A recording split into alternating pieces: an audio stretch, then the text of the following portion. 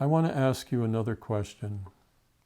Are you a better person because of your work as a caregiver? My experience when asking this question to a variety of caregivers is that they all nod their heads and say yes. What is your response? I assume that most of you are saying yes. This reminds me of the words of Dr. Angeles Aaron. She suggests the caregiver's experience of responding to one who is ill or in need is an initiation to coming home again to a deeper sense of self and well-being. Listen to the meaning of Dr. Angeles' words. The act of responding, the act of creating space for another, the act of self-sacrificing for another is a way of finding oneself.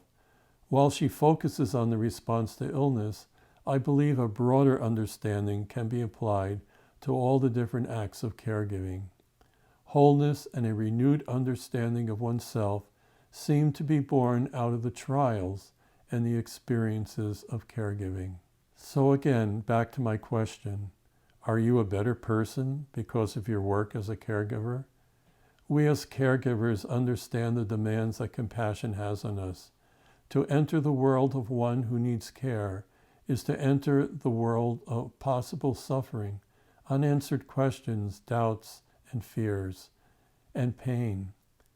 It means to suffer with them, hence the meaning of the word compassion, Latin for with or together, come, and to suffer with, passion. This is an important point. Compassion fatigue is not something extraordinary or a mental health stigma for a designated few. Compassion fatigue occurs because caregivers care. Let me repeat this. Compassion fatigue occurs because caregivers care. It is an integral side effect of being a caregiver. Charles Finley begins his book, Compassion Fatigue, with these words. There is a cost to caring.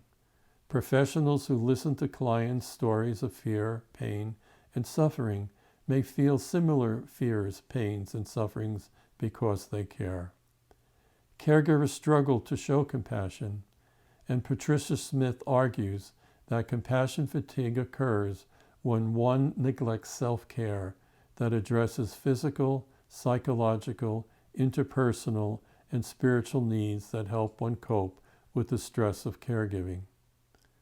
The question then becomes, how do caregivers deal with fatigue and exhaustion that is normal for them?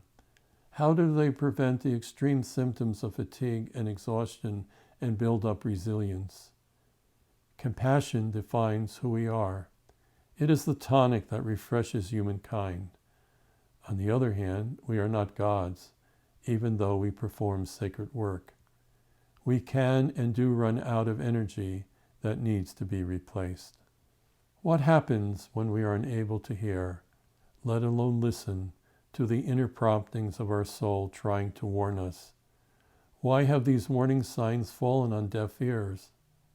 Have we neglected them for so long that we become numb? Maybe we are simply not conscious enough of the effect secondary traumatic stress, that is, being a witness to traumatic events, has on us. We run out of our reserve, and for a moment we seem paralyzed, overcome with emotion, overcome with what to do, overcome with fear that no one will listen or understand.